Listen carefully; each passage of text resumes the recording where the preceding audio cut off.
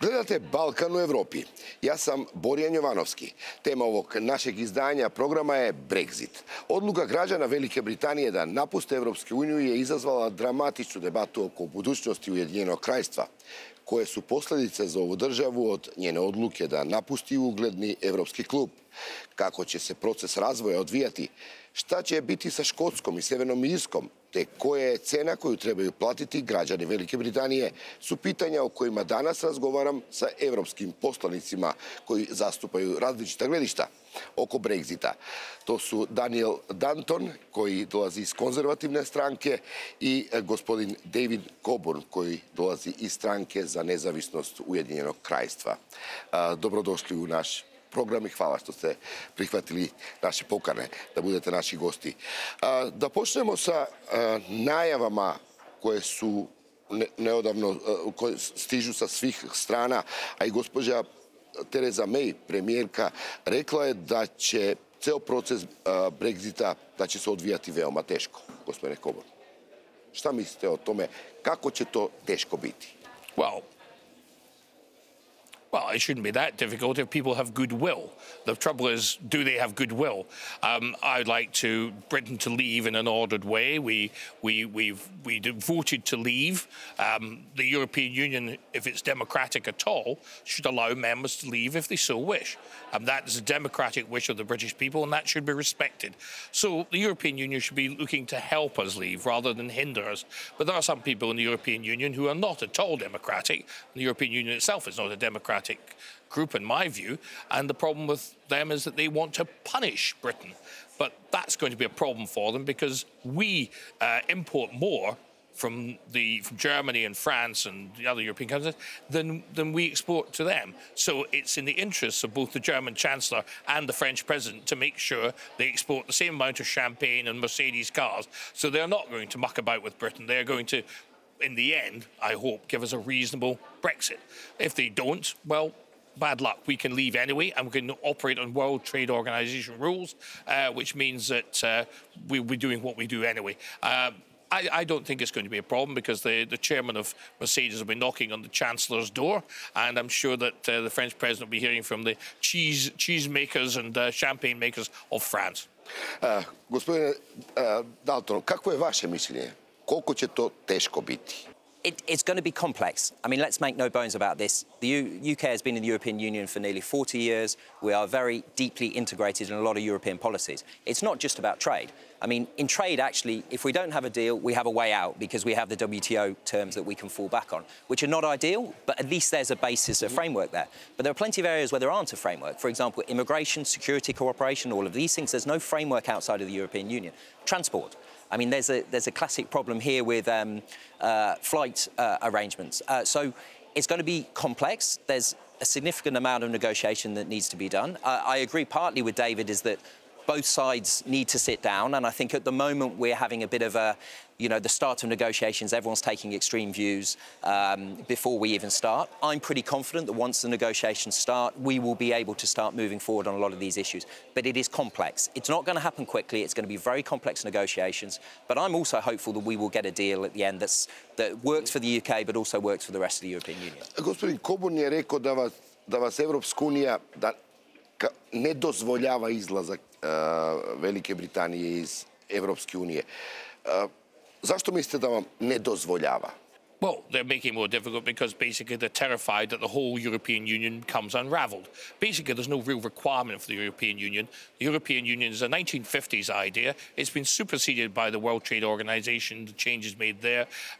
The world has moved on from the 1950s. These trading blocs are not necessary anymore. It's hampering British trade, and it hampers many other people's trade. The Dutch, I think, are having problems with it, the Swedes, and this open-door immigration that we have is utterly impossible because we have very sophisticated health systems in Britain, and it's given according to need. It's not given according to how much you pay into the system. as it is in France or various other European countries, Germany, whatever. So if we allow open-door European immigration, what will happen is our health service will simply collapse. So will our social security system. And it's putting impossible strains on housing, rent, and also work. You know, our ordinary working class people, they're the ones that feel the worst of it because they've got to compete against massive of immigrant labour coming into the UK, which is destroying their jobs. And that, one of the biggest movements to get out of the European Union is because of that. That's why my party, UKIP, are very popular with the working class. My opponent here, very much respect, his party, the Conservative Party, is more the class of the sort of, the party of the sort of upper classes, the middle classes, all that sort of stuff. So therefore, they're not so affected. But ordinary working people are badly damaged by the European Union and its open-door immigration policy. So we have to get out. There is no choice in the matter. Mnogi kažu da će nacionalni, zdravstveni, socijalni sistem Velike Britanije biti oštećen time što Velika Britanija izlazi iz Evropske unije, nasuprot tome što kaže Mr. Coburn. Šta mislite vi? Well, why are you suggesting that it would be damaged by Brexit? I mean, the only problem for the NHS in terms of Brexit would be in terms of access to labour, access to people coming in to work in the NHS. But I think that's a misunderstanding of what would happen when we leave the EU. It's not that we're going to stop immigration everywhere. We're going to create an immigration policy based on need. Yeah. One of the areas where we need people to come in and work is in the NHS. We have a great need for people to come in and work in that. So I don't think Brexit necessarily is going to damage it. But we have a need because your party have not been educating enough doctors and nurses. And if we'd had more doctors and nurses, we wouldn't have that problem in the first place. Well, so there's a reason for that. We should be training our own people to serve in hospitals. What we are doing at the moment is stealing doctors and nurses from countries, poorer countries, who, frankly, have spent a lot of money educating those doctors and nurses, and we want to get them on the cheap. Well, that's not right, and it shouldn't happen. We should be training more of our doctors and nurses. Of the 100,000 that applied to become nurses, only 20,000 were taken on. That is very poor government by the Conservative Party and, admittedly, the Labour Party before them. But Conservative servants have been in power for a good number of years.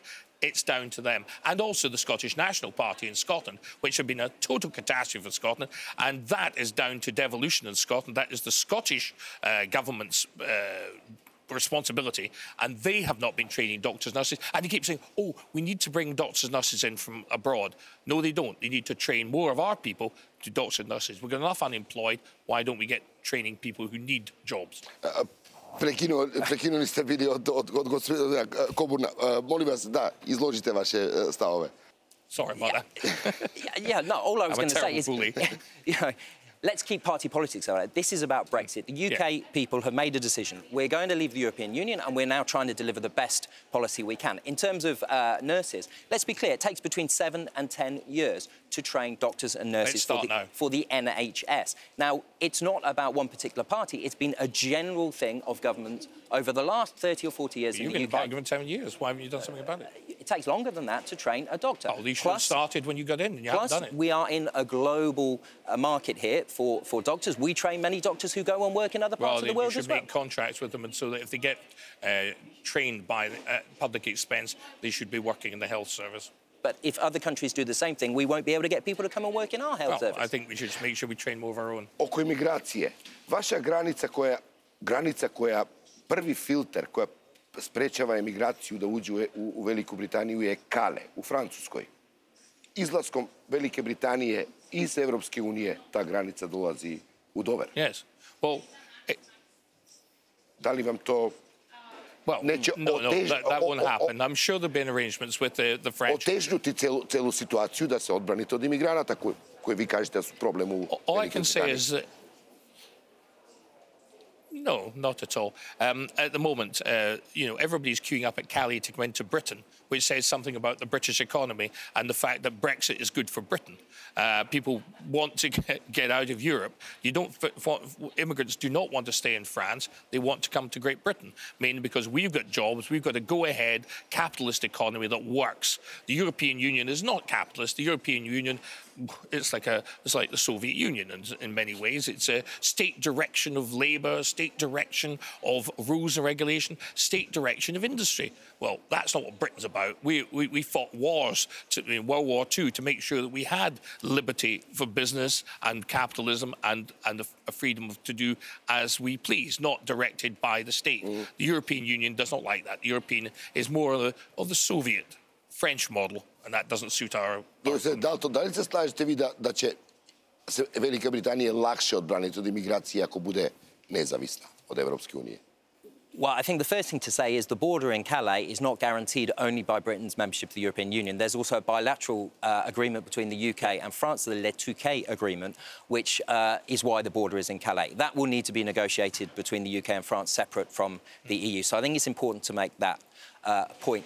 Generally, in terms of immigration in general, the UK will be able to develop its own immigration policy with regards to the European Union. So that is going to be an extra barrier on immigration into the UK. We don't know what that system will be yet. I am pretty confident that there will be a system that is tailored specifically for EU nationals that is slightly different from the system that maybe we have for non-EU nationals. But the bottom line is the UK is going to be able to control immigration. Under the European Union rules, there is no ability for the UK to control immigration, not just from EU nationals, but I'll give you a clear example of that. If you are an EU national, non-British EU national in the UK married to a non-EU citizen, say, for example, someone from Cuba, you can bring your spouse into the UK from Cuba with no sort of barriers at all. If you are a British citizen in the UK and you are married to someone from Cuba, under the British immigration rules, you can't bring that your spouse in.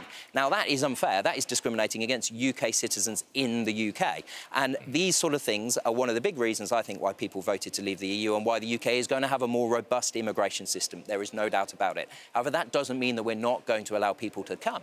There is a need in our economy for people to come and work in the UK. The UK created more jobs last year than the European Union put together. Birmingham, the city I represent, created more jobs last year than France. So there is a need for jobs in the UK, not just for British people, but we also need to fill some of the gaps in skills from immigration from the UK and from the EU and from outside of the EU. So I believe there will still be opportunity for people to come and work in the UK, but the UK will control the system. It will not be a free system that you have at the moment with the EU. Koliko košta u parama ova cela istorijska odluka Velike Britanije? It's not going to cost... It's a meaningless thing you're saying. Are you talking about Herr Juncker wanting us to pay a divorce settlement? Well, as far as we're concerned, we've paid much more money in than we could ever recoup. So we should be asking money from them, not the other way around. And we have put money into the European Bank and all that sort of thing. I'm sorry, we should be getting money back rather than giving money to the European Union. Herr Juncker is desperate because if Britain leaves, it's only Germany that's going to be supporting the European Union. There's only two countries that actually support the European Union, Britain and Germany. Once we go, no, the French don't. They take out more money than they pay in. That's nonsense. So basically, there's only Germany and Britain are the only countries that are paying in and not taking more out than they pay in. So therefore, when Britain goes, the whole lot's going to become basically a German empire. So, you know, it's going to be Germany who's going to have to pay for all the countries in Southern Europe or wherever else that are in economic difficulty. And that is not going to be, the Germans are not going to be happy with that. The reason they like to be in the European Union is it keeps the Deutschmark low, well, the Euro Deutschmark, as I call the Euro, which is practically what it is, and it makes it very easy for Germany to export Mercedes at very cheap prices. Otherwise, if they had the Deutschmark, it wouldn't be so good. So basically, the European Union is a German empire that helps Germany export all over the world. Ali 40% vašeg izvoza je prema Evropskoj uniji, a samo 10% evropskih proizvoda ulaze u Velikoj Britaniji. Ko je ovdje gubitnik? So it's time we got out and it's time we... No. It's time we want to export to the world. We don't want to be stuck in this sclerotic, dying European socialist dinosaur, which harks back to the 1950s, doesn't work, and it ends up having to subsidize lots of countries that are not working. So we don't want that. We want to be able to trade with the Far East, South America, all over the world, the United States. America has already offered us a trade deal that the European Union haven't been able to get in years. Ali sve te mogućnosti imati preko dogovore koje Evropska unija ima sa celim svetom. No, we don't. No. Certainly not, because the problems we've got with the EU treaties, for example, TTIP, we end up having to have 27 countries having to agree to a treaty that may not suit Britain, and it didn't. The trade treaty that the European Union were doing with the United States would have damaged our health service. It would have allowed American companies to sue our health service if they didn't use their products. Now, that was fiercely opposed in Britain, and we managed to stop it. UKIP led that fight here. And it was very important that we got out of that. Now, the Conservative Party were going to sign up to that. So it's very bad. We can't have that sort of thing. And I advise the people of the Balkans, keep your freedom. Don't become part of the Austro-Hungarian Empire again, which is what you're going to end up as part of. Keep your freedom, hold it precious, and build your own countries. But by all means, join NATO. That's the best defense and bulwark you can have against Turkish expansionism or any other sort of expansion. Da li se, gospodine Dalton, slažete da je Velika Britanija izgubila od toga što je bila decenijama deo ovog prestižnog kluba kao što je Evropska unija? No, I didn't. I mean, I was on the Remain side. I campaigned for Remain. I thought it was better for the UK to stay in the EU. But the British people have made a decision. We are leaving the European Union. We need to get on that. So now we need to work out what's the best position for the UK outside of the EU. We have to accept their position. That is democracy. Now, if you look at trade, for example, Germany, for example, trades 3 times as much. It sells 3 times as much to China than the UK does. We're under exactly the same rules. So it's not EU rules stopping us trading with China. It's our own lack of productivity that we've had in the UK over a number of years. However, there are some possibility with trade deals that we are going to be able to tailor trade deals for the UK. A deal with the US, I believe that the UK can quite easily do a deal with the US that the EU can't do, particularly with Canada as well. I think we can go beyond the EU deal with Canada. I think there's huge advantages in trade. But you highlighted a problem, and there is a big problem, is that 40% of our exports currently go to the EU. But no one in the UK is saying that we don't want to trade with the EU at all. We want to do a deal, a free trade deal with the EU, which will be tariff-free access, which will still give us access to that market. So hopefully we won't, we may have some troubles with non-tariff barriers, these sort of things, but generally we should be able to still get open access to the European market as much as we possibly can, and that will be in everyone's interest. Can I just touch on your point about the money as well? Now, Juncker's statements at the moment are negotiating tactics. They're utterly ridiculous negotiating tactics, in my opinion, because if that is a position of the European Commission, there can be no deal, because the British people are not going to pay these amounts of money. It's an utterly ridiculous position to take. I think the UK recognises that we have made some commitments in certain areas that we may be prepared to negotiate and see what deal can be done. But also, the UK owns a significant proportion of EU assets, which we will be looking to get money back for them as well. So I think in the end, you're going to see some financial negotiation. It may be that the EU actually needs to pay the UK a little bit for these assets to leave. It may be that the UK pays a little bit for continuing to access certain EU programmes like the Erasmus programmes, the research funding programmes. This is all for negotiation. But the figures that the Commission and Juncker are saying are absolutely outrageous figures, and they are figures that if they are going to stick to those figures, there can be no agreement, because the UK will never pay them. Gospodine Coburn, vi ste izjavili da je besmisleno da Velika Britanija ostane u Evropskoj uniji, da plaća u budžetu Evropske unije, u njenim fondovima i tako to. S druge strane, ipak je fakt da je Velika Britanija iskoristila puno od tih strukturnih fondova Evropske unije, osobito za razvoj slabo razvijenih regiona u Velikoj Britaniji. No. That's absolute nonsense. This is money that we paid into that Great Britain paid into the European Union, and we get it back in grants. Why not cut out the middleman? We can give our own money to our own regions. We don't need to give it to the EU. What we do is give it to the EU, to a big bottomless hole. A great chunk of the money disappears into the European Union's accounts and pays for a lot of fat salaries and pensions for people who work in this fine building. And then the rest of it comes back to our regions. Well, why do we need to do that? We just pay our own regions. Da li se slažete da su to iste pare koje Velika Britanija daje u Briselu, da iste dobija nazad, da je dobijala decenijama nazad preko strukturnih fondova za razvoj? Ili da je imala puno više benefita od njih? I mean, on this point, I agree with David.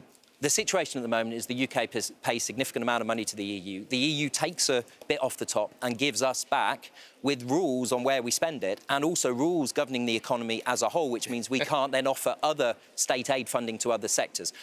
However, when these rules were first set up, in the 70s, actually they benefited the UK. The UK was a net beneficiary of the EU when these structural funds started. So there has been some use of these funds in the UK.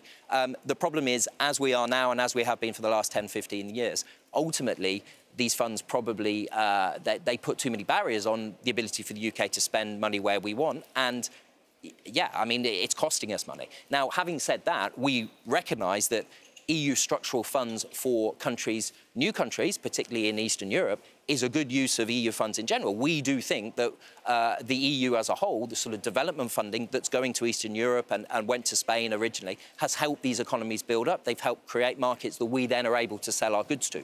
So, you know, structural funds in general, we recognise that they are beneficial. However, for the UK, in a pure cost-benefit analysis, the UK is not getting much out of these structural funds. I disagree with you there, because that's not the case. But the money that's going to... Basically, the European Union has no money. It has no money at all. It only has taxpayers' money. This is something Herr Juncker doesn't seem to understand. Governments have no money. They only have taxpayers' money. And in this case, it's British and German taxpayers' money that's supporting all these countries in Eastern Europe. Now, yes, it may be a very good idea to do that for various reasons, but I think it'd be much better if Britain gave the money directly and Germany gave the money directly, rather than include the European Union. Why are we bothering with them? The European Union has no function. They are creating a function for themselves.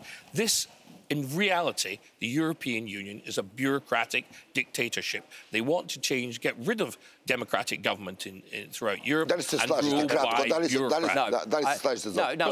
I fundamentally don't agree with that. I think you've got to look at the European Union as a bigger project. Now, in the UK, we tend to look at the EU as just an economic union, right, which is why we've left. But you've got to see where borders are in the European Union, the role that the European Union has played in keeping peace in Europe and keeping peace in the future. Rubbish.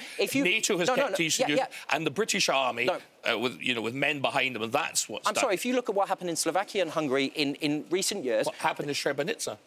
Yeah, but that wasn't in the European Union. You look at what's the European Union were organising the defence, and it was a mess. You look at what's happening between Slovakia and Romania over the last few years. I believe the fact that both countries are in the European Union is a huge reason why you don't see escalation of ethnic conflict in these parts of the world. And the European Union, you've got to remember, these borders have changed throughout history. Yes. Now, I agree with you that NATO Wait till the money stops, and then you'll see what happens. No, it's not just about the money. It's about these countries in Central Europe and Western Europe coming together to try and make sure that they don't have to worry about the geographical barriers that have always led to war in the past. Those geographical barriers have not changed. Those mountains, those valleys, those rivers that have led to conflict for hundreds of years in Europe have not changed. It is in Britain's absolute interest to ensure that the European Union continues. We don't want to be in it, but I think it will be disastrous for peace in Europe if the European Union Gospodin Coburn je malo pre sugerirao da zemlje Balkana trebaju napustiti ideju u Evropskoj uniji.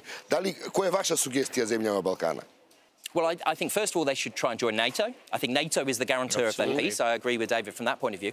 But I also believe, given their position, that they should be looking to try and join the European Union if they can. Now, I accept some of David's criticism. If you join the European Union, you've got to accept you are giving up a lot of your sovereignty over your economy, over significant areas of your economy. But for development, for economic development of those countries, for continued peace in those countries, it is better to be in the European Union than to not be in the European, because if you're not, you become a pawn in bigger geopolitical games, and that I don't think anyone in the Balkans wants that. Moja zadnja tema je budućnost Škotske.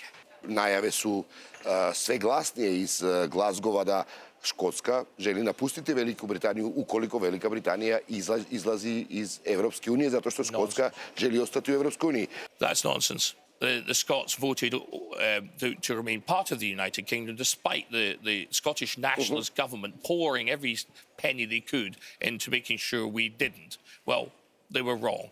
People voted to remain British and wanted to remain British. And we knew there was a European referendum coming up. That was perfectly clear. And we voted as part of Great Britain. And we voted, well, in Scotland it was 60-40. But that's a substantial minority, 40%, who did not want to be part of the European Union. So we decided Kako stoje stvari u novim okolnostima? Oh, the decision now in Scotland is even more to remain part of the UK and even more against the European Union because they realised that they were conned. They were tricked by the Scottish nationalists. And people do not want any more referendums in Scotland. They are perfectly happy to be part of the United Kingdom, and they do not want to be part of the European Union. As a matter of fact, the whole thing has changed in Scotland now. People are more anti-European than before, and more probably than the rest of the UK, because they realise that Scotland on its own would be impossible, because we'd have a 15 billion deficit, which should be proportionally worse than Greece. Now, if that was the case, there would be austerity max forced on the First Minister, Nicola Sturgeon, who's the one who keeps railing against austerity. So, to be absolutely frank with you, that is never going to happen. The Scots don't want it, and they elected me. So there's a... Da li Velika Britanija rizikuje da izgubi Škotsku, pa možda I Severnu Irsku zbog Brexita? No, I don't believe they do. I mean, as David said, 40% of people in Scotland voted to leave the European Union. And of the 60% that voted to stay in the European Union, people seem to look at this in the wrong way. I'm amongst the 48% in the UK who voted to remain. I'm not upset with the current situation. I think we've got to get on with leaving the EU. And I think you see the same thing in Scotland.